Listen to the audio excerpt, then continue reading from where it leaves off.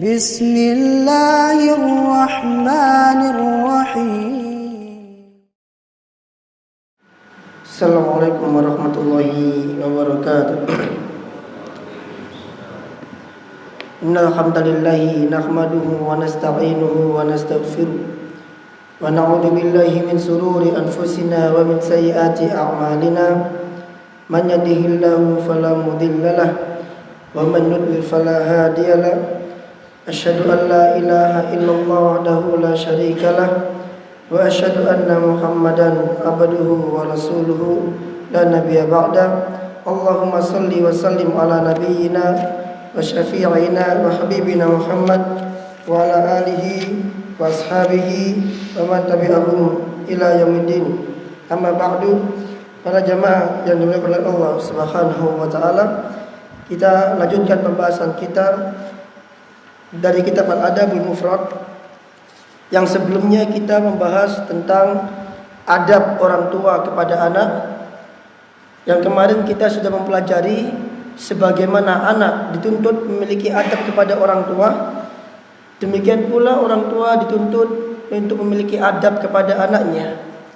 Sebagaimana anak dituntut untuk berbakti kepada orang tua, maka orang tua pun dituntut untuk berbuat baik kepada anaknya.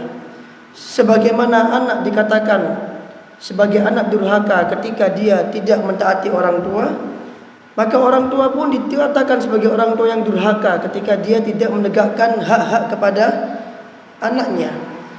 Jadi sama-sama akan ditanya oleh Allah Azza wa Jalla. Orang tua akan ditanya oleh Allah terkait anaknya, karena anak titipan Allah, maka orang tua akan ditanya tentang anaknya. Dan anak pun akan ditanya tentang orang tuanya. Apa yang ditanya? Orang tua akan ditanya tentang kewajiban dia kepada anaknya. Anak akan ditanya tentang kewajiban dia kepada orang tuanya. Ya, ini yang akan dibahas oleh Imam Bukhari pada pertemuan yang lalu. Adapun pertemuan hari ini hampir sama dengan pertemuan yang lalu, hanya beda bab. Kalau pertemuan yang lalu kita bahas tentang adab orang tua kepada anak. Nah, sekarang kita bahas tentang kebaikan seorang orang tua, kebaikan orang tua kepada anaknya. Yang mana hal itu menjadi kewajiban orang tua kepada anaknya. Kalau itu kewajiban orang tua, berarti itu menjadi hak anak tersebut untuk mendapatkan apa yang menjadi kewajiban bagi orang tua tersebut. Nah, babu birrul abi liwaladi. Nah, Assalamualaikum warahmatullahi wabarakatuh. Qala Imam Bukhari rahimahullah, babu birrul abi liwaladi. Hadatsana Ibnu Makhlad an Isa bin Yunus an Wasabi an Bukhari ibnu Iyad Misal an Ibnu Umar qala innama sammahu Allahu abraran li'annahum birrul aba wal abna kama anna liwalidika 'alaika haqqan kadzalika liwalidika 'alaika haqqan. Masya Allah. Ini kita akan bahas tentang orang-orang abror. Siapa yang dimaksud dengan al-abror? Di Al-Quran kita baca tentang al-abror. Innal abrara lafi na'im. Sesungguhnya orang-orang yang bahagia itu berada dalam surga. Al-abror, apa tafsiran dari al-abror? Di sini kita dijelaskan oleh Ibnu Umar radhiyallahu anhu tentang al-abror. Babu birrul abi liwaladi. Bab kebaikan seorang bapak, karena al-ab itu bapak. Tapi apabila kita berbicara tentang orang tua, maka meskipun yang dikatakan di kitab ini bapak, tapi itu mencakup bapak dan ibu. Bab kebaikan atau kebaikan orang tua kepada anaknya. Hadatsana Ibnu Makhlad, telah menceritakan kepada kami Ibnu Makhlad an Isa ibn Yunus, dari Isa bin Yunus, an Al-Wasafi, dari Al-Wasafi, dari Muharib bin Dithar dari Ibnu Umar radhiyallahu anhu qala, dia mengatakan innama sammahumullahu abraran, sesungguhnya Allah menamakan mereka sebagai abrar, orang-orang yang bahagia, orang-orang yang mulia. Mengapa? Li'annahum barru al-aba wal abna, karena mereka berbuat baik kepada orang tuanya dan mereka juga berbuat baik kepada anak-anaknya. Berarti al-abrar itu tidak hanya orang yang beramal soleh, tidak hanya orang yang sholat, tidak hanya orang yang husnul khotimah. Di antara tafsir al-abrar adalah ketika orang tersebut berbuat baik kepada orang tuanya, dia jadi abrar. Ketika anak tersebut berbuat baik pada orang tuanya, dia abrar. Ketika orang tuanya berbuat baik pada anaknya, maka dia abrar. Maka di antara kunci masuk surga itu harus berbuat baik pada orang tua dan orang tua berbuat baik kepada anaknya. Allah berfirman, "Innal abrara lafi na'im." Sesungguhnya orang-orang yang bahagia itu berada di dalam an-na'im. An-na'im itu adalah salah satu dari nama-nama surga. An-na'im artinya adalah kebahagiaan, kenikmatan. Alal araik yandurun, dan di atas dipan-dipan mereka bertelekan, memandang. Alal araik yandurun. Kemudian ta'rifu fi wujuhihim nadratan na'im. Engkau akan melihat pada wajah mereka itu pandangan yang senang, pandangan yang nikmat, pandangan yang bahagia, karena mereka masuk surga. Kemudian khitamu ta'rifu fi wujuhihim nadratan na'im. Kemudian apa ayatnya? Ada yang hafal? Yusqauna min rahiqim makhtum. Mereka diberi minum dari khamr yang tersegel, yang belum pernah tersentuh. Masih ingat tafsirnya ini di As-Sa'di? Khitamuhu mis, dan tutupnya itu, segelnya itu terbuat dari al-mis. Dan kemudian ketika Allah Azza wa Jalla menyebutkan tentang nikmat-nikmat surga, setiap yang Allah sebutkan kebaikan-kebaikan dalam Al-Quran, maka Allah perintahkan kita untuk berlomba. Setiap Allah menyebutkan ampunan, setiap Allah menyebutkan kebaikan-kebaikan, Allah perintahkan kita untuk segera, jangan ditunda-tunda. Wa fi dzalika falyatanafasil mutanafisun. Dan untuk bisa mendapatkan hal itu, mutanafisun. Hendaklah orang-orang berlomba-lomba untuk meraihnya. Kalau dikatakan berlomba, maka tidak boleh ditunda jemaah. Kalau ditunda, maka enggak akan dapat. Sehingga dalam hal kebaikan tidak boleh ditunda. Allah berfirman dalam surat Dariyat, "Fafirru ilallah." Berlarilah engkau menuju Allah. Kalau berlari menuju Allah, maka enggak boleh ditunda. Nabi SAW ketika perang Badar, beliau pernah mengatakan kepada para sahabat ketika berhadapan dengan orang-orang kufar, sudah saling berhadapan, Nabi mengatakan, "Qumu ilal jannati arduhas samawati wal ard." Majulah kalian menuju surga yang luasnya langit dan bumi. Salah seorang sahabat yang bernama Umayyah bin Humam, dia mendengarkan teriakan Nabi SAW. Kemudian dia mengatakan, "Bah, bah, bah." Kemudian Nabi SAW mengatakan, "Lima itu bah, bah." Kenapa engkau mengatakan bah, bah, bah? Kemudian Umar mengatakan, "Ya Rasulullah, al-jannatu arduhas samawati wal ard." Wahai Rasul, ada surga yang luasnya langit dan bumi? Rasul mengatakan, "Nah, iya." Terus dia mengatakan, "Arju an yaj'alani minha." Arju an yaj'alani min ahliha. Ya Rasulullah, aku berharap agar aku menjadi bagian dari surga tersebut. Maka Rasul mengatakan, "Anta min ahliha." Kamu bagian dari penghuni surga. Distempel bersama Nabi SAW. Terus apakah dia santai? Santai saja, aku udah masuk surga, udah pasti masuk surga. Tidak. Orang yang dijamin masuk surga itu justru adalah orang yang nggak pernah santai. Beda sama kita. Masuk surga kagak, masuk neraka jelas, santai-santai. Tapi para sahabat itu masuk surga jelas, tapi mereka nggak pernah santai. Maka ketika pasukan kaum muslimin menyerang jantung pertahanan musuh, Umar bin Humam mengeluarkan kurma dari kantong pedangnya. Dimakanlah kurma itu, kemudian dia mengatakan pada dirinya, wahai Umar, kalau kamu nunggu kurma habis, kamu nggak akan segera masuk surga. Paham ya? Kalau kamu nunggu kurma ini habis, kamu nggak segera masuk surga. Karena kalau masuk surga itu harus mati dulu, harus segera syahid. Kalau kamu nunggu kurma ini habis, kelamaan. Akhirnya kurma ini dibuang, belum habis, dimakan separuh, dibuang, dia maju meninggal. Lihat bagaimana para sahabat tidak mau menunda diri mereka di atas ketaatan kepada Allah, meskipun dia sebesar kurma. Orang makan kurma itu nggak sampai semenit. Artinya semenit pun mereka nggak akan menyia-nyiakan waktu itu. Selama berhubungan dengan surga, semenit pun mereka akan gunakan semaksimal mungkin untuk masuk ke dalam surga. Tayyib, ini tentang innal abrara lafi naim. Kenapa dinamakan abror? Karena orang tua berbuat baik pada anaknya dan anak berbuat baik kepada orang tuanya. Kama anna liwalidika 'alaika haqqun.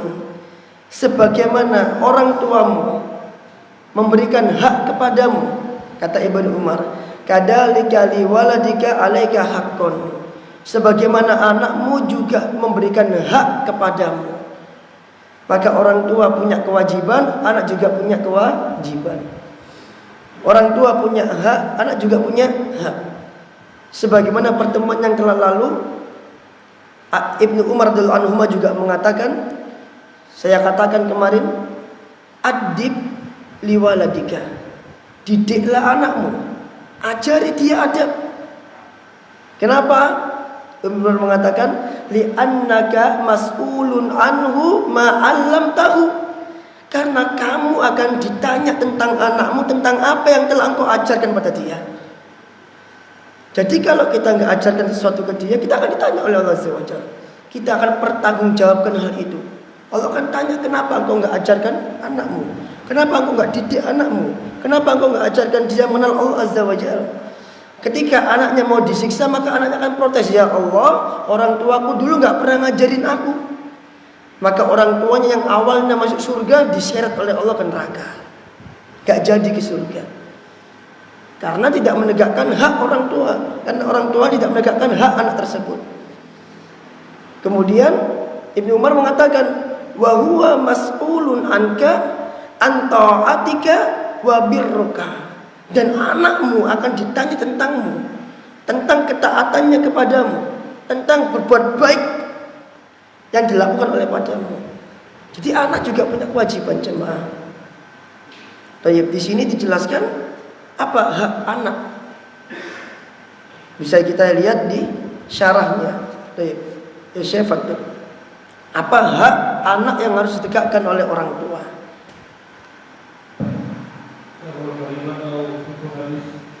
Nah, inilah hukuki.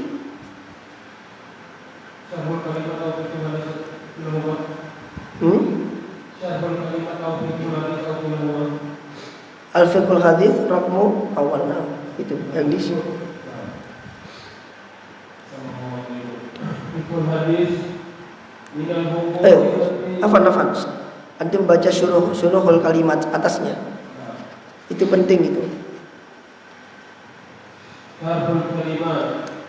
Innama samahu Allahul abrar, ay innama samahu ta'ala al-abrar fil Qur'an birru, ay ahsanu ila abaihim wa abnaihim wa taharru mahabbahum. Lihat ini. Allah menamakan dengan abrar sebagai abror dalam Al-Quran. Mengapa? Ay ahsanu ila abaihim, karena mereka berbuat baik ke orang tuanya. Berarti kalau durhaka bukan abror. Kalau enggak taat sama orang tua bukan abror. Abror dengan birrul walidain itu satu kata, jamaah. Birrun berbuat baik, abror orang-orang yang berbuat baik. Maka ketika orang melakukan birrur, dia menjadi abror.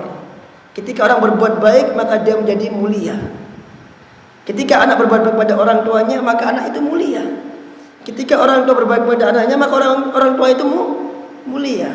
Kenapa dinamakan abror? Karena mereka berbuat baik pada orang tuanya.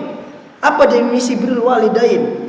Definisi birrul walidain adalah engkau mentaati orang tuamu pada hal-hal yang tidak berbuat maksiat, dalam hal-hal selain maksiat, dan engkau menjauhi apa yang dilarang oleh orang tuamu pada hal-hal yang tidak dalam rangka maksiat kepada Allah. Ketika orang tua memerintahkan A, maka termasuk birrul walidain, anak tersebut segera mengerjakan perintah orang tua.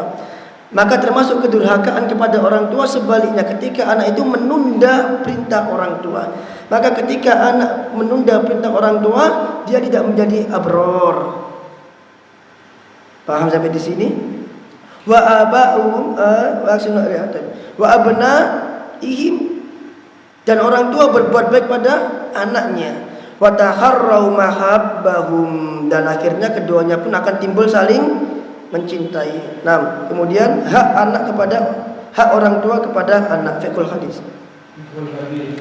Awalan min al-huquqi allati tata'allaq bil abna'i hiya ta'limihim al-furudi inayati al-furudi al-ainiyah. Fardu ain. Al-furud al-ainiyah. Nah, hasbu. Minal uquqil lati ta'allaqu bil abna, di antara hak-hak yang berkaitan dengan anak jamaah. Kita sebagai orang tua nih tidak boleh lalai dari hal ini. Hiya ta'limuhum al-furudul ainiyah. Ya ta'limuhum al-furud al-ainiyah, yaitu mengajarkan kepada mereka tentang kewajiban-kewajiban yang bersifat ain, kewajiban-kewajiban yang bersifat pribadi jamaah. Misal salat, puasa, zakat, berbakti kepada orang tua yang sifatnya fardu ain. Semua kewajiban itu adalah pada asalnya sifatnya fardu ain. Ini diantara hak anak tersebut. Jadi jamaah, kalau ada orang tua dia marah sama anaknya karena anaknya tidak sholat, itu bukan berarti orang tua benci. Justru itu merupakan sifat orang tua sebagai sifat rahmanya orang tua kepada anak tersebut. Bentuk sayangnya orang tua kepada anak itu adalah ketika orang tua nggak ridho anaknya melakukan sesuatu yang tidak diridhoi oleh Allah Azza wa Jalla. Ingat jemaah, sayang itu tidak harus sesuatu yang menyenangkan hati kita. Ya, rahmah itu tidak harus sesuatu yang menyenangkan hati kita. Allah memiliki sifat rahmah, memiliki sifat sayang. Maka sayangnya Allah ke kita itu tidak harus sesuatu yang menyenangkan kita. Misal Allah memberi rizki. Ketika Allah memberi rizki, apakah ini sudah bisa dipastikan Allah sayang sama kita? Belum tentu. Mungkin Allah memberi rizki dalam rangka istidraj. Allah memberi kita musibah. Kalau terkait orang tua dan anak, maka musibah orang tua adalah ketika anaknya tidak taat kepada dia. Kemudian, apakah musibah yang Allah beri ini tanda bahwa Allah tidak suka sama kita? Belum tentu. Bisa jadi musibah yang Allah berikan kepada kita tanda rahmanya Allah Ta'ala kepada kita. Contoh, Nabi SAW mengatakan tentang Fatimah, kalau seandainya Fatimah binti Muhammad mencuri, maka aku akan potong tangannya. Memotong tangan Fatimah, apakah bentuk kebencian Nabi SAW kepada Fatimah? Tidak. Justru itu bentuk sayangnya Nabi SAW kepada Fatimah agar dia tidak mengulangi apa yang dia lakukan seandainya dia mencuri, seandainya. Dan ini menunjukkan keadilan Nabi SAW bahwasanya hukum hudud itu berlaku kepada semua hal. Contoh lain, Allah mengatakan tentang hukum kisos, bunuh saling bunuh. Apakah ketika hukum kisos diterapkan itu tandanya Allah kejam? Tidak. Justru itu bentuk kebaikan Allah Azza wa Jalla kepada umat manusia, di mana ketika hukum kisos tegak, maka akan terjadi sebuah kehidupan bagi masyarakat. Allah berfirman, walakum fil qisasi hayatun. Sesungguhnya bagi kalian hukum kisos itu ada yang namanya kehidupan. Kok bisa? Iya, karena ketika hukum kisos tegak, maka orang yang mau membunuh mikir-mikir dulu, karena dia bakal dibunuh.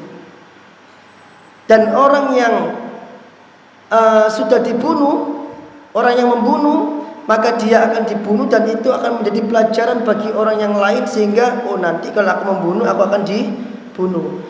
Maka terciptalah kehidupan. Maka rasa sayang itu tidak melulu terkait dengan apa yang kita cintai.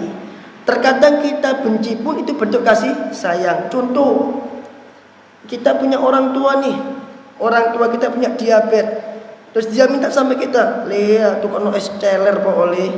"Oh ya Bu, nak tukokno." Ya mati nanti orang tuanya. Diabetes dikasih es teler, ya mati, tambah naik diabetesnya. Itu bentuk sayang apa tidak? Tidak, nggak sayang berarti. Ya, lo kan saya menyenangkan orang tua, Ustaz. Orang tua saya minta es teler, saya belikan. Iya, tapi orang tuamu punya diabetes. Justru kalau kau belikan es teler, itu bentuk kamu tidak sayang sama orang tua. Kamu pengen orang tuamu mati itu. Maka bentuk sayangnya bagaimana? Ya nggak boleh beli es teler, nggak mau, meskipun orang tuanya merengek-rengek ketika sudah sepuh ya. Ya nggak boleh dibelikan demi kesehatan orang tuanya. Orang tuanya punya darah tinggi, minta sate kambing ke kita, dibelikan oleh kita sate kambing. Ya jangan, mati nanti orang tuanya, makin tinggi darahnya nanti. Sate kambing. Tapi kata dokter, emang yang membuat darah tinggi itu bukan kambingnya, tapi sate sapi malahan. Coba dicek lagi itu. Sate kambing itu justru tidak membuat darah tinggi. Jadi itu nggak sayang. Artinya sayang itu tidak selalu berkaitan dengan yang kita cintain. Anak kita sakit, dia nggak suka sama obat. Oh, sebagai bentuk rasa sayang kita kepada anak kita, maka kita katakan ya udah nggak minum obat nggak apa-apa. Itu berarti nggak sayang. Nanti anaknya mati nanti kalau nggak dikasih obat.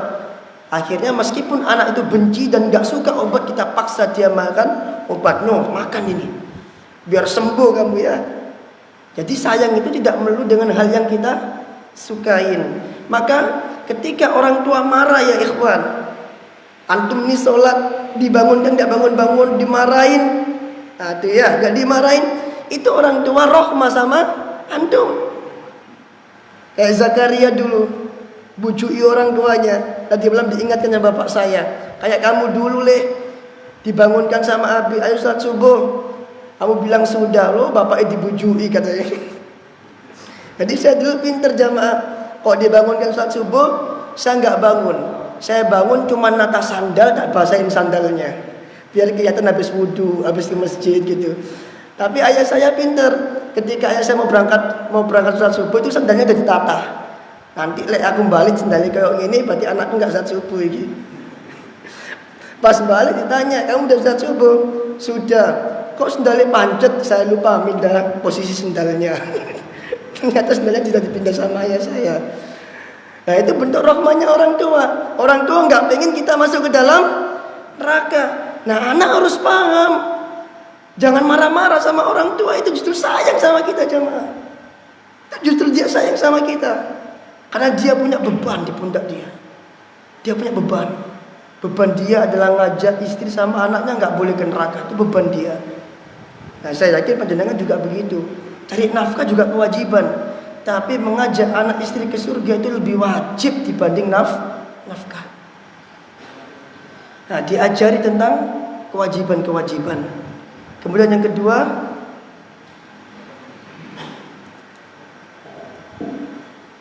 wa ta'dib. Loh enggak ada. Ada, itu lanjutannya.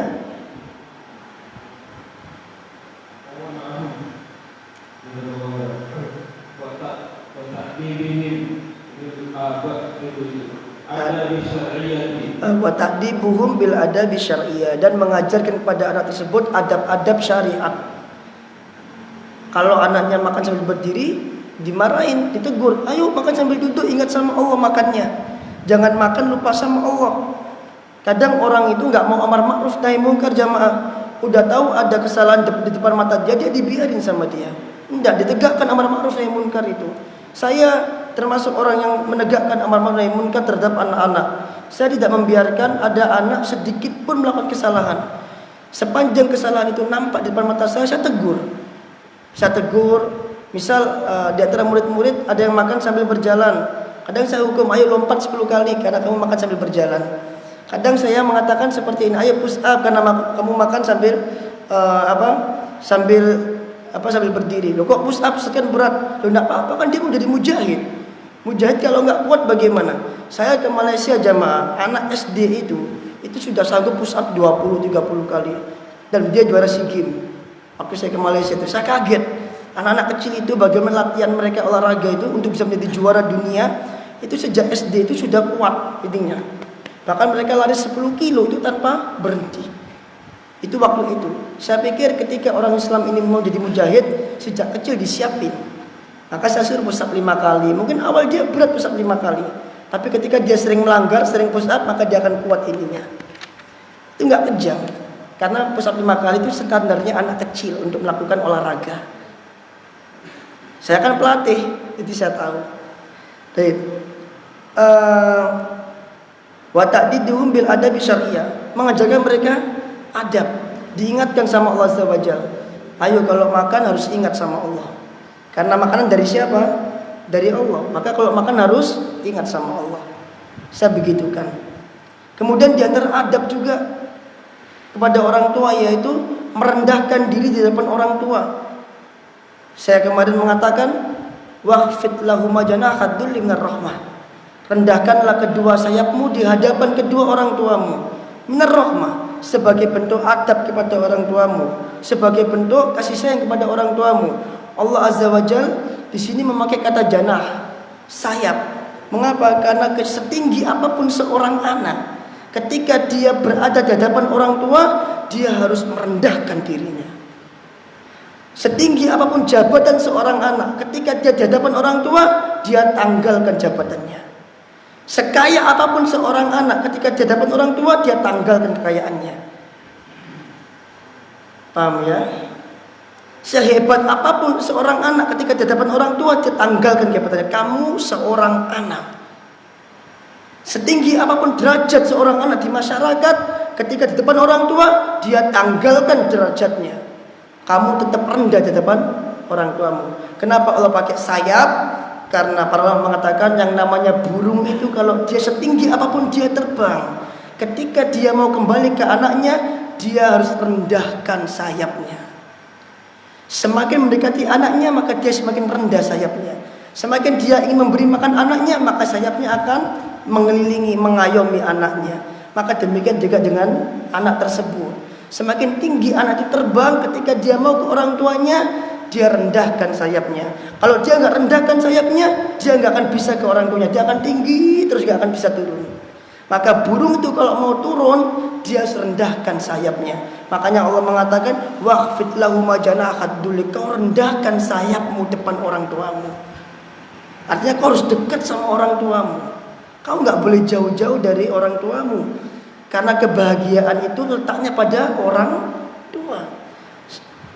Para ulama mengatakan tentang tafsir ayat ini, mereka mengatakan walau in aqdabaka wasabbaka, seandainya orang tuamu marah sama kamu, bahkan mencelahmu sekalipun, wa qul lahum rahimakumullah, tetap kau harus katakan kepada mereka, semoga Allah menyayangi kalian. Kalau seandainya orang tuamu marah kepadamu, kata para ulama di tafsir ayat ini, kalau seandainya orang tuamu marah kepadamu, maka engkau tidak boleh melihat mereka dengan pandangan jengkel, enggak boleh. Wahfid lahum janaha dzulli, engkau harus rendahkan sayapmu. Benar salah, engkau harus tetap salah. Itulah anak kepada orang tua. Meskipun kamu benar, kalau orang tuamu salah, kalau orang tuamu marah, kamu tetap harus berada pada posisi salah. Meskipun kamu benar, kamu nggak boleh di depan orang tamu mengatakan aku benar sampean salah pak, nggak boleh. Meskipun kamu benar, kamu tetap harus katakan kepada orang tamu, iya pak, aku salah, mohon maaf. Nanti anak ini ketika dewasa dan dia punya anak, maka anaknya pun wajib melakukan seperti itu. Ketika anak ini dewasa dan dia marah ke anaknya, maka anaknya harus mengatakan, iya Pak, aku salah, meskipun benar. Kalau dia marah ke orang tuanya, oh Pak, aku benar, membentak orang tuanya, nanti anak ini dewasa, apa dia suka kalau anaknya bentak dia? Suka enggak dia? Dia nggak bakal suka, jemaah. Kalau dia nggak suka dibentak oleh anaknya, kenapa dia bentak orang tua? Kan gitu. Nanti dibahas di hadis berikutnya, faedah hadis berikutnya. Kalau dia nggak suka dibentak anaknya, maka kenapa dia bentak orang tuanya? Sama nanti. Anak itu akan mengalami rasa sakit hati yang sama dengan rasa sakit hati yang dialami oleh orang tuanya. Anak itu nanti akan merasakan kesedihan yang sama sebagaimana kesedihan yang dialami oleh orang tuanya. Anak itu nanti akan menangis dengan tangisan yang sama sebagaimana dia membuat nangis orang tuanya, sama. Akan dibalas oleh anaknya nanti. Dia suka enggak ketika jadi orang tua diginikan? Oh Pak, aku gak salah, dicengkewing begini. Gak akan suka dia. Maka dia enggak boleh melakukan itu kepada orang tuanya. Wakhfid lahum janaha dzilli mir rahmah. Kau harus turunkan sayapmu sebagai bentuk sayang kepada orang tuamu. Ini yang kita usahakan diajarkan kepada kedua anak kita, kepada anak-anak kita. Ini penting. Karena kebahagiaan dia di dunia itu tergantung ridhonya kita kepada mereka. Karena ridhonya kita kepada mereka itu mendatangkan ridhonya Allah Azza wa Jalla. Agar kita ridho sama mereka, maka mereka harus melakukan hal yang kita ridhoin.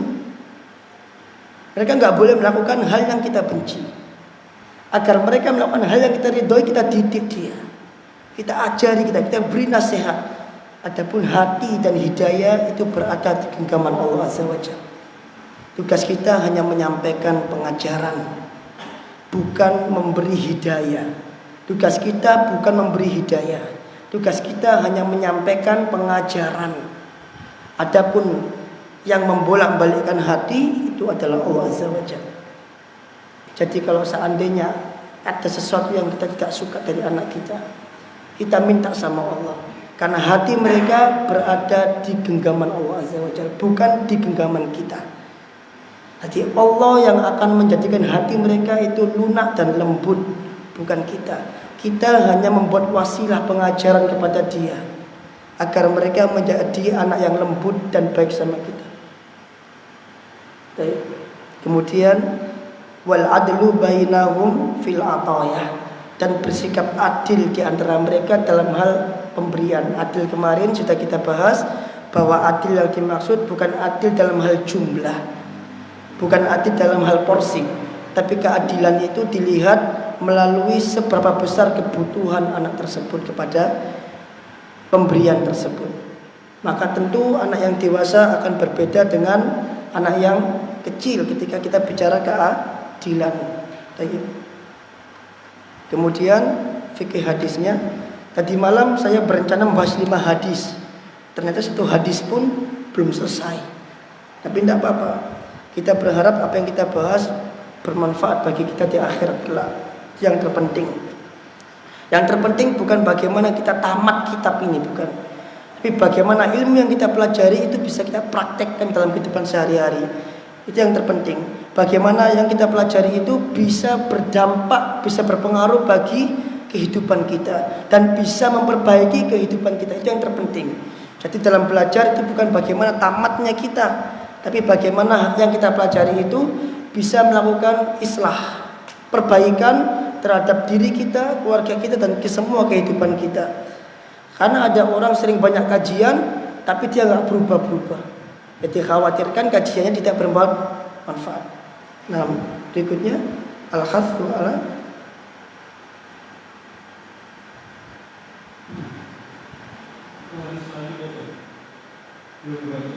nah barakallahu fiik. Artinya selanjutnya ternyata ya.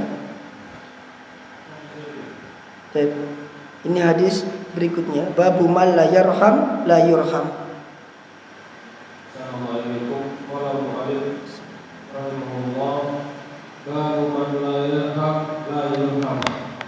Haddatsana Muhammad bin Allah qala haddatsana Muawiyah bin Hisham an Saiban an Firas an Atiyah an Abi Sa'id an Nabi sallallahu alaihi wasallam qala man la yarham la yurham. Lanjut berikutnya. 95 sampai hadis 100 itu sama semua jamaah. Hadis 95 sampai hadis 100 itu sama semua bunyinya. Cuman saya di sini memberikan faedah yang berbeda-beda, membahas faedah yang berbeda-beda di kitab saya. Cuman 95 sampai 100 itu sama semua bunyinya tentang ini la yarham la yurham, la yarham man la yarham. Sama semua sampai 100, hanya beda redaksi tapi intinya sama. Nah, yang kedua itu hadis dari Jarir bin Abdullah qala, dia mengatakan qala Rasulullah SAW la yarhamullahu man la yarhamun nas. Sama redaksinya. Yang pertama artinya adalah man la yarham la yurham. Barang siapa yang tidak menyayangi maka dia tidak akan disayangi. Yang kedua, la yarhamullahu man la yarhamun nas. Allah tidak akan menyayangi orang yang tidak menyayangi manusia. Baik. Di sini jamaah kita akan melihat tentang sebuah faedah. Ada enggak di sini ya?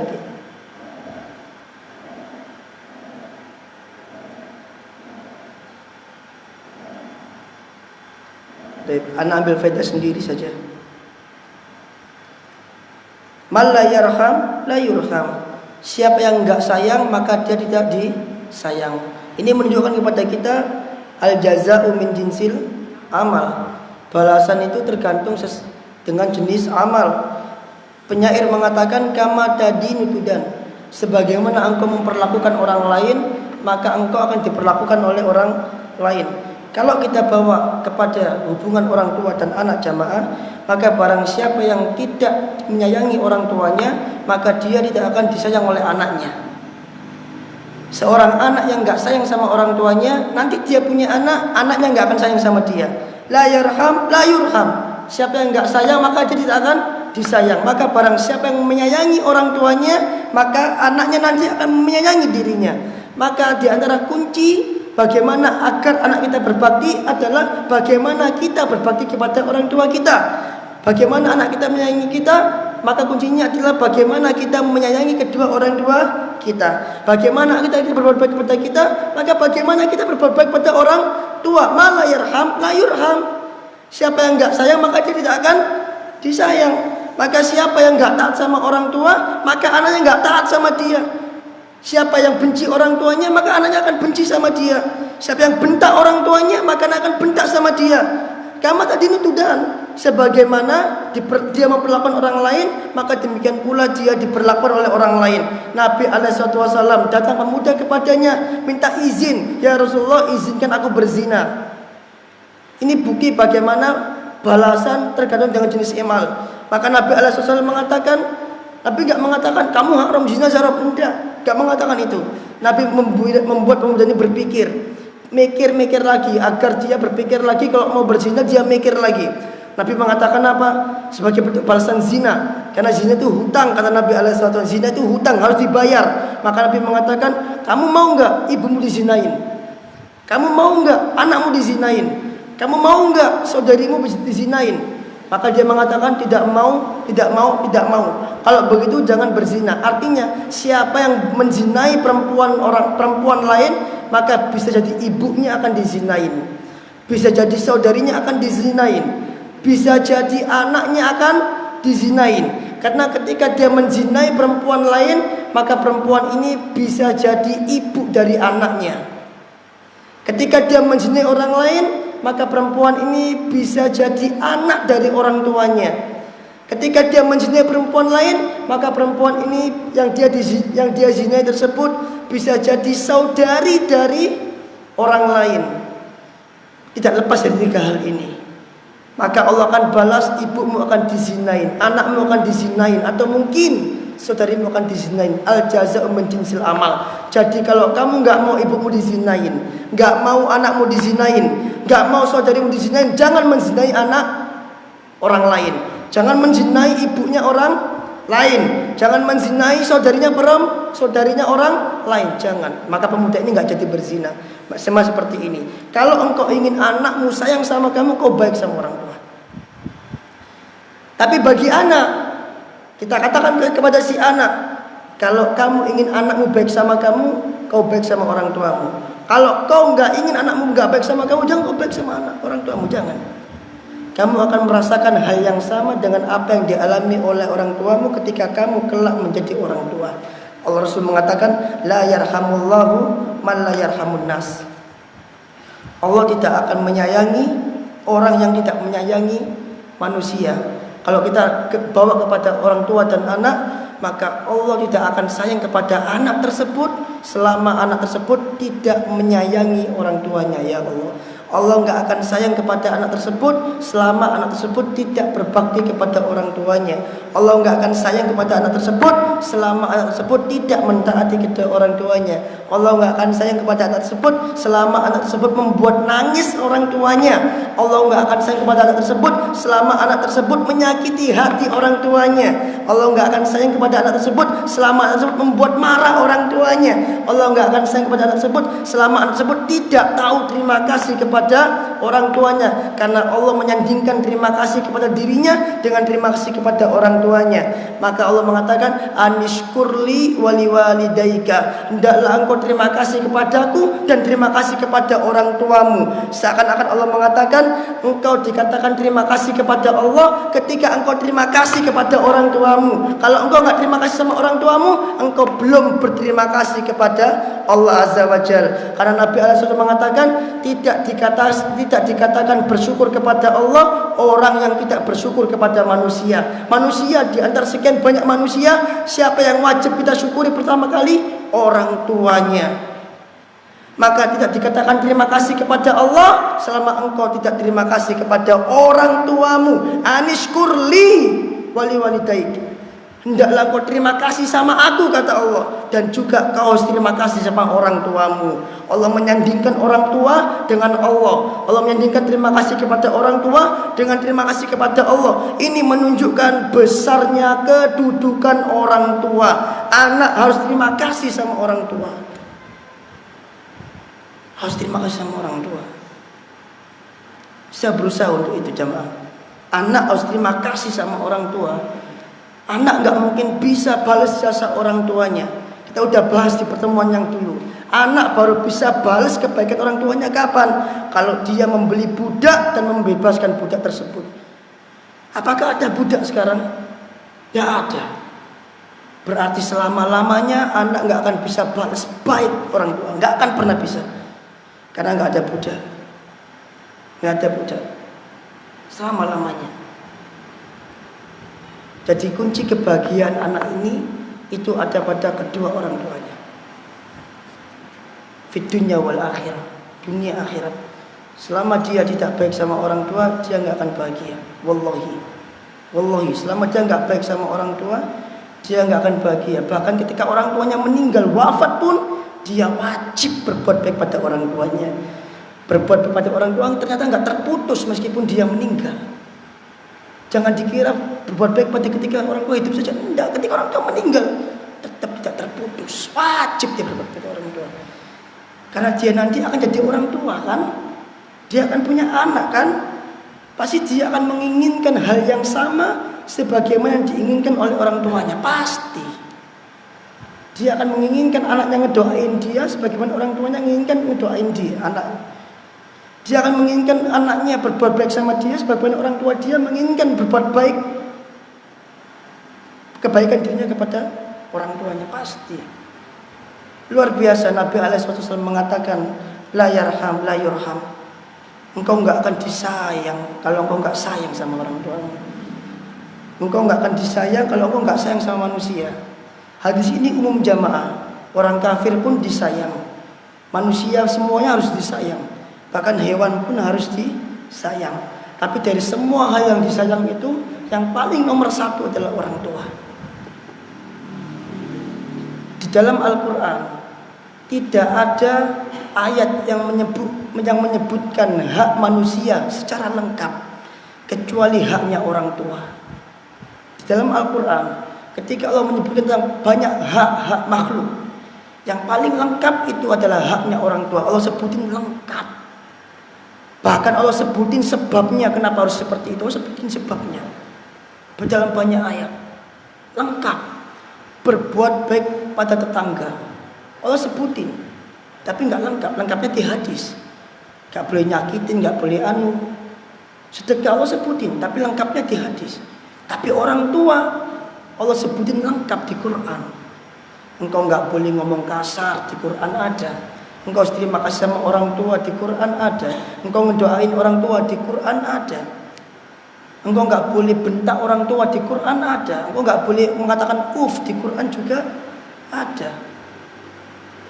Engkau harus bersyukur pada orang tua, di Quran juga ada. Meskipun orang tua kafir, engkau harus berbuat baik, di Quran juga ada. Lengkap.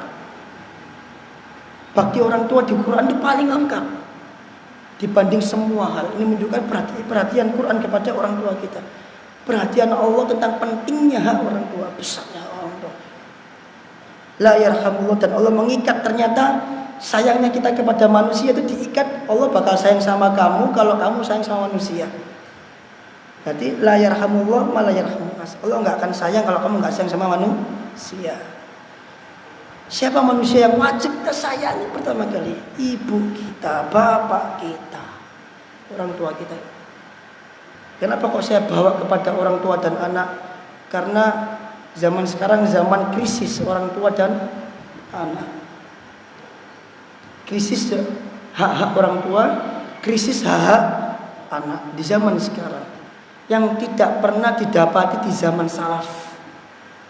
Di zaman salaf tidak pernah didapati durhakanya anak kepada orang tua. Gak pernah ada biografi anak durhaka kepada orang tua di zaman salaf. Tapi mereka sudah berbicara tentang masalah kedurhakaan. Seakan-akan mereka paham bahwa itu akan terjadi. Seperti itu. Insyaallah. Hadis berikutnya juga sama. 97 itu sama. Mala yarhamun nas la yarhamullah. Siapa yang nggak sayang sama manusia, Allah nggak akan sayang sama dia. Udahlah, kalau saya ingin Allah itu sayang sama kita, sayangi orang tua kita. Cukup sudah, cukup. Itu yang wajib dulu. Kalau Allah sayang sama kita, berarti Allah ngejaga kita, Allah lindungi kita di dunia. Kalau di akhirat, ya Allah akan ringankan hisab kita. Allah akan masukkan di dalam surga ya surga. Nah, kita lanjutkan sisa hadisnya di pertemuan yang akan datang 98 dan 99 insyaallah terkait la yarham la yurham. Siapa yang enggak sayang maka dia tidak akan disayangi. Saya sering sampaikan di sini kepada anak-anak SD bahwa kalian belajar, kunci belajar itu ada pada berbakti pada orang tua. Selama kau hafal 30 juz tapi kau enggak sayang sama orang tuamu, itu enggak manfaat. Enggak akan manfaat. Yang ada malah hafalanmu itu membuat kamu masuk ke dalam neraka. Karena hafalan ilmu itu pasti akan memerintahkan pemiliknya untuk baik sama orang tuanya, itu pasti. Berarti kalau ilmu yang dia punya tidak membuat dia baik sama orang tua, maka ilmunya tidak bermanfaat. Ini saya sering tekankan pada anak-anak. Dan saya paling benci kalau ada anak yang gak baik sama orang tuanya. Saya paling benci. Kenapa? Karena ketika dia gak baik sama orang tua, dia gak akan pernah bisa mendapatkan ilmu. Karena dia melakukan penghalang ilmu jamaah. Makanya para salaf dahulu, saya sudah katakan dulu di pelajaran-pelajaran yang lalu, para salaf dahulu ketika mau belajar keluar dari negerinya, mereka meminta izin kepada ibu bapaknya dulu. Kalau orang tuanya gak mengizinkan, dia gak boleh keluar dia. Ketika orang tua mengizinkan, ya kau boleh keluar, maka dia boleh keluar belajar, ilmunya berkah. Ilmunya berkah. Jadi keberkahan para ulama kita ini disebabkan karena ridhonya orang tua mereka kepada mereka. Nah, mungkin wallahu ta'ala alam bisawab. Ini yang dapat saya sampaikan terkait faedah hadis ini. Barangkali ada yang mau bertanya, silakan.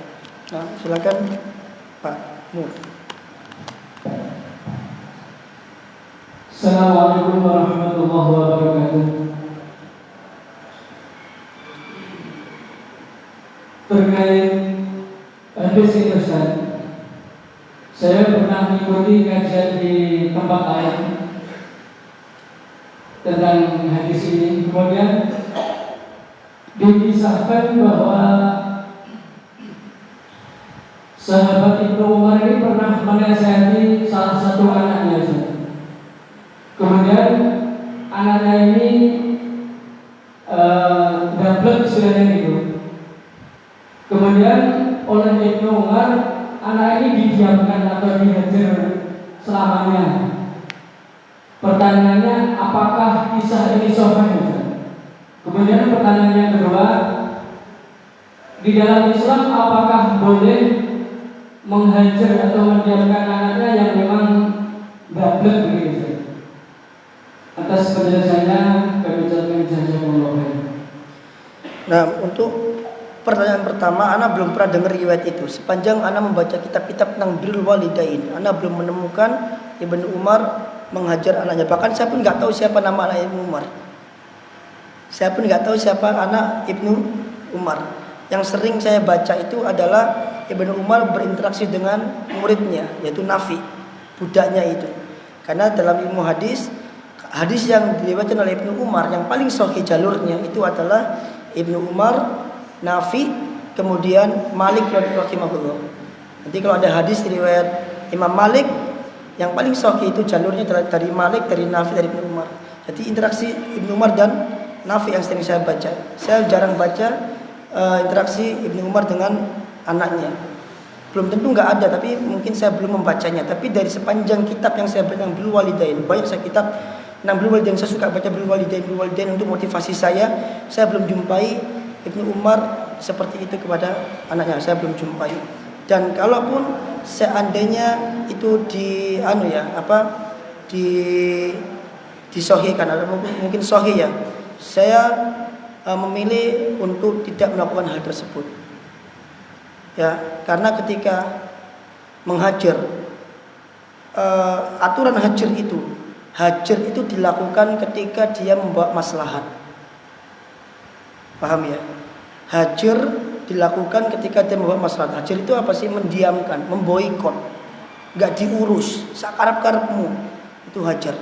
Hajar itu dilakukan ketika terdapat maslahat. Artinya ketika dia didiamkan dan anak itu sadar, maka itu nggak ada masalah. Tapi ketika kita tahu ketika anak ini didiamkan malah melunjak, maka jangan dihajar. Jangan didiamkan. Didiamkan itu bukan berarti nggak disapa, enggak. Bukan seperti itu. Kalau terhadap anak tentu berbeda. Didiamkan itu maksudnya anaknya minta, orang tuanya nggak mau, diem aja sampai anaknya ini sadar kenapa kok begini gitu. Tapi ini jangan dilakukan kepada anak-anak SD.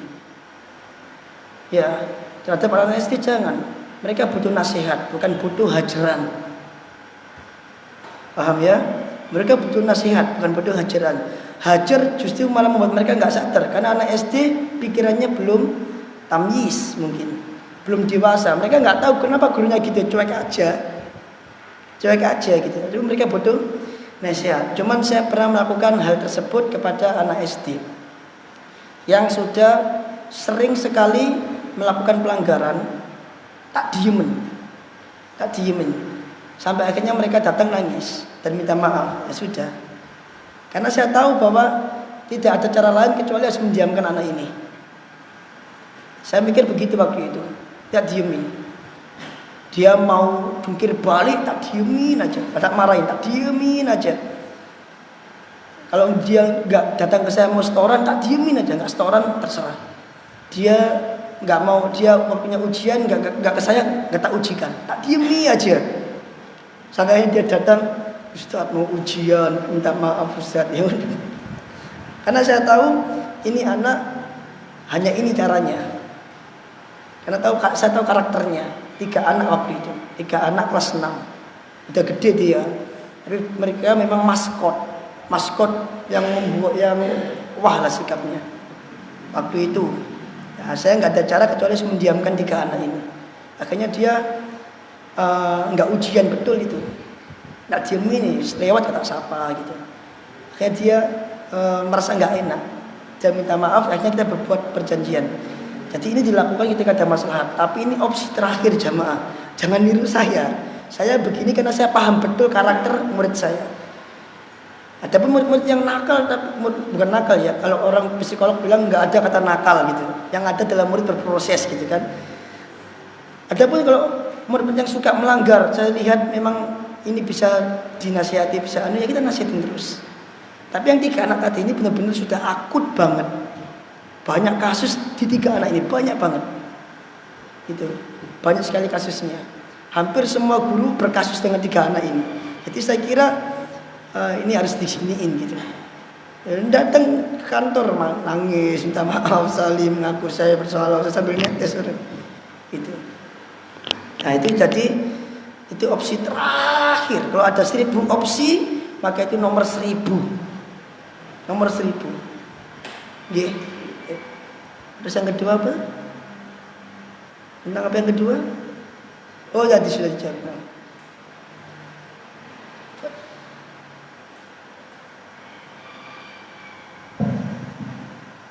Assalamualaikum.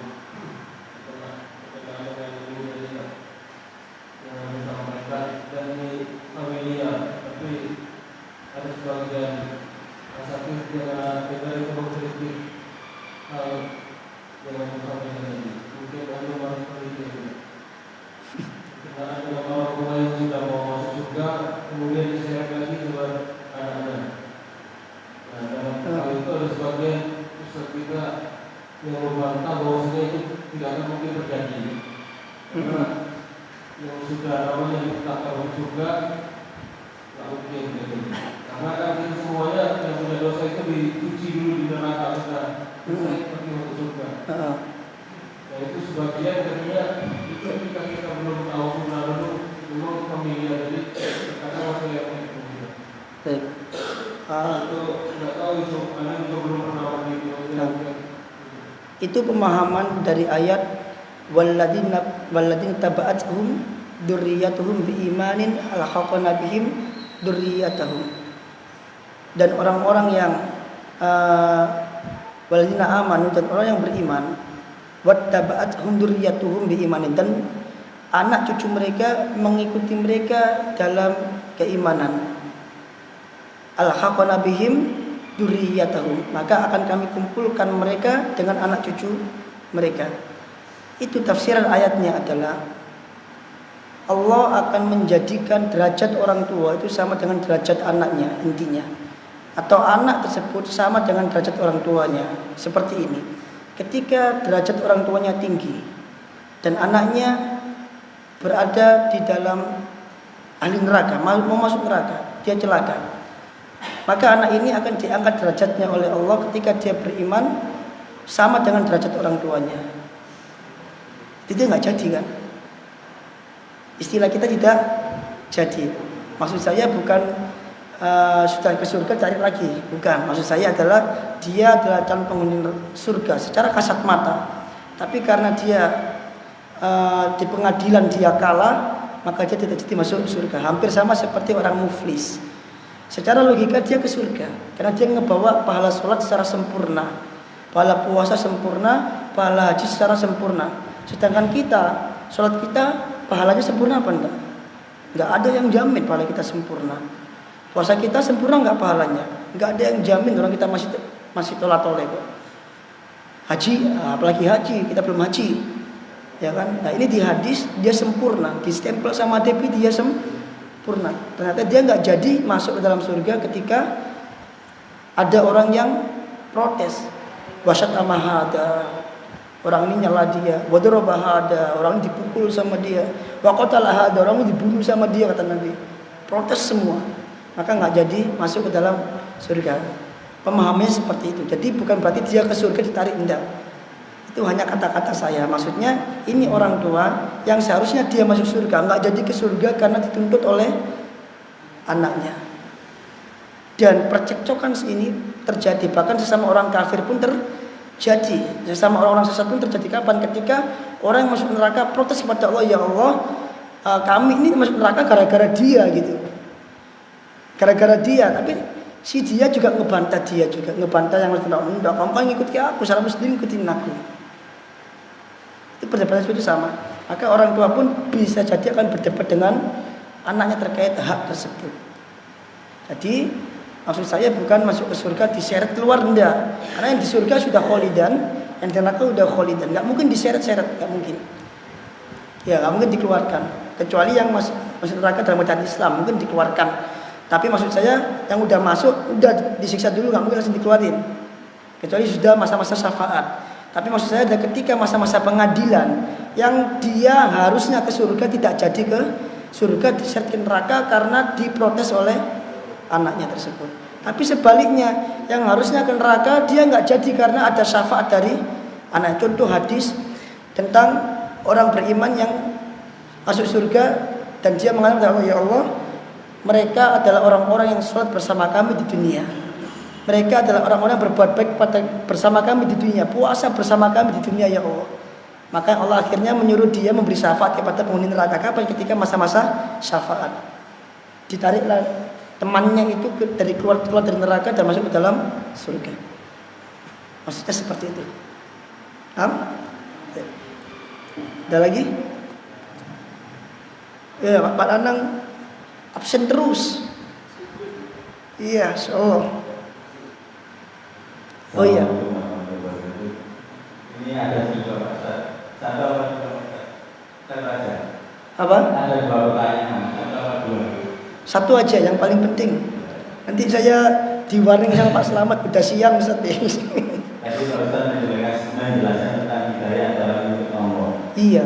Yang saya tanyakan yang ini, kewajiban orang tua mendidik anak sampai anak itu menjadi pintar, baik dan soleh. Ujung-ujungnya anak menjadi anak yang soleh ya Pak Ustaz ya. Insya Allah. Yang saya tanyakan, setelah kewajiban orang tua itu merasa terpenuhi lah, sampai anak itu dididik, kasarnya sampai dipondokkan ini, tapi justru nantinya anak itu belok Pak Ustaz ya. Tadi orang mengatakan hidayah milik Allah, ternyata anak tidak mendapatkan hidayah. Apakah nanti orang tua itu seperti yang ditanyakan Pak Ustaz tadi? Iya. Iya. Masuk surga. Jadi masuk surga. Jazakumullahu khairan. Orang tuanya sudah menegakkan kewajiban dia. Kalau dia sudah menegakkan kewajiban dia, maka dia sudah menegakkan hujjah kepada Allah Azza wa Jalla. Dia sudah menegakkan hujjah kepada Allah. Jadi dia tidak akan ditanya tentang masalah itu. Dia akan ditanya, dia dikatakan durhaka kepada anaknya ketika dia tidak menegakkan kewajiban dirinya kepada anaknya. Dia akan ditanya. Tapi ketika dia sudah menegakkan kewajiban dia, sampai dia meninggal tegakkan kewajiban, maka dia sudah terbebas tanggungan dari anaknya. Maka anaknya akan masuk ke dalam neraka tanpa harus menyeret nama orang tuanya. Tapi Allah itu akan yuslihu bainan nas. Di akhirat itu Allah itu bakal memperbaiki hubungan manusia. Paham ya? Di akhirat itu Allah bakal memperbaiki hubungan sama manusia. Allah biasanya akan jadikan manusia itu saling maaf-maafan. Itu termasuk bentuk rahmat Allah, kasih sayang Allah kepada manusia yang beriman. Makanya di antara tafsiran firman Allah, wa aslihu data bainikum, dan perbaikilah hubungan di antara kalian. Itu kata Ibnu Abbas radhiyallahu anhu kalau nggak salah, karena Allah akan memperbaiki hubungan sama manusia di akhirat. Yang awalnya musuh-musuhan diperbaiki oleh Allah, tentu dengan rahmat Allah Azza wa Jalla. Tapi dari pertanyaan tadi nggak akan ditanya. Kenapa? Karena sudah menegakkan kewajiban.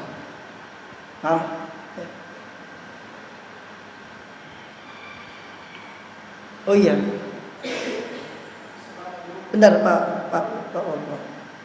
Bapak Nanang absen karena sibuk bekerja mencari nafkah.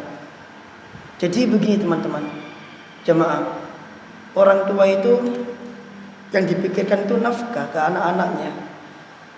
Datang wali murid kepada kita para guru, memasukkan anaknya di sekolah sini. Ditanya, kenapa kok masuk sini? Bapak ini mengatakan, iya Ustaz, saya kepingin anak saya menghafal Quran. Biar saya aja nggak bisa ngaji, yang penting anak saya bisa ngaji. Biar saya yang cari nafkah Ustaz. Dia ngomong gini sambil nangis. Laki-laki Pak, kalau laki-laki itu udah nangis, berarti laki-laki ini sudah berada di puncak perasaan dia, berada di puncak harapan dia. Laki-laki ngomong kayak gitu ke kita. ke istri saya waktu yang terima pendaftaran waktu itu. Saya pengen anak saya ini bisa ngaji.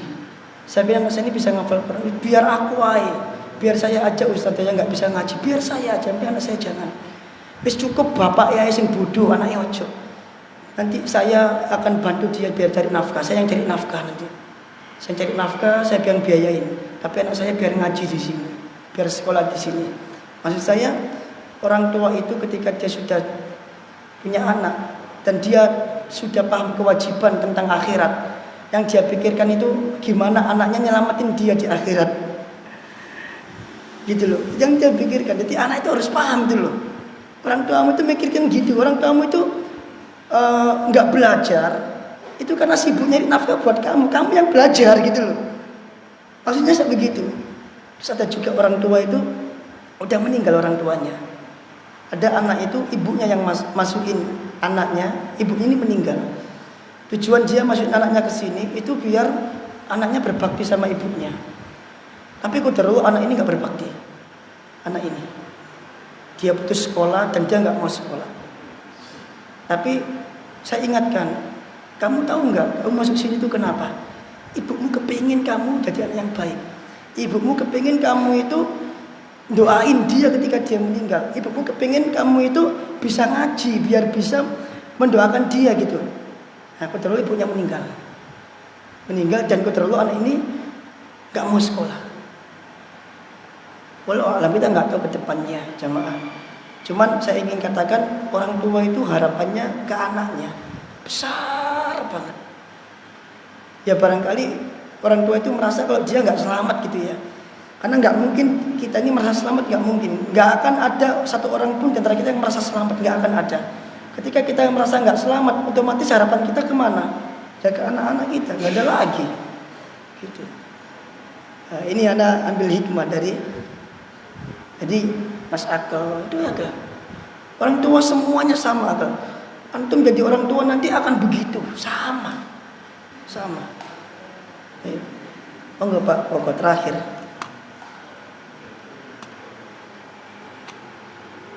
Langsung Pak Moko nggak apa-apa yang pamit. Assalamualaikum warahmatullahi wabarakatuh. Tadi dijelaskan bahwa derajatnya orang tua itu kelak di surga itu akan sama dengan anaknya. Iya. Itu juga anaknya akan sama dengan orang tuanya. Yang saya tanyakan bagaimana kalau orang tua tersebut mempunyai anak yang banyak, istrinya lebih dari satu, pokoknya setiap anak tersebut kan sifatnya berbeda, amalnya juga berbeda. Lalu kepada siapa orang tua tersebut itu anaknya? Wallahu a'lam, Anda tidak tahu. Kepada siapa anak tersebut orang tua itu anaknya, Anda nggak tahu. Cuman yang Anda tahu ya. Yang Anda tahu kaidah dalam pahala dan dosa itu adalah seseorang itu tidak akan memikul dosa orang lain. Yang Anda ceritakan tadi, ketika orang tua ini dia tidak menaikkan kewajiban dia, maka dia bisa jadi ikut kepada anak yang celaka tadi. Tapi yang Anda tahu, wallahu a'lam, seseorang itu tidak menanggung dosa orang lain. Artinya ketika orang tua ini sudah ngajarin, bila anaknya celaka, maka orang ini akan ikut kepada anak yang tidak celaka. Wallahu a'lam, Anda tidak tahu. Nah. Cuman yang terpenting sekarang ini adalah bagaimana kita menegakkan kewajiban kita kepada anak kita. Semangat kita mendidik mereka itu harus seperti semangat kita mencari duit. Netes keringat cari duit. Berarti mendidik mereka juga harus netes keringat. Kalau kita orang jalanan, sales, maka cekcok dengan orang itu pasti ada.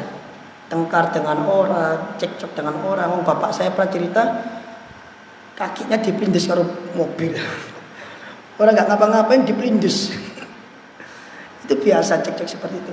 Kesabaran dia di jalan itu harus seperti kesabaran dia ketika didik anaknya, harus sama. Malah harus lebih sabar lagi karena anak nomor satu dibanding nafkah. Gitu ya. Wallahu ta'ala bishawab. Semoga bermanfaat jamaah dan semoga Allah menjaga kita, keluarga kita dan anak cucu kita dari siksa api neraka. Subhanallahumma wa bihamdika asyhadu an la ilaha illa anta astaghfiruka wa atubu ilaik. Assalamualaikum warahmatullahi wabarakatuh.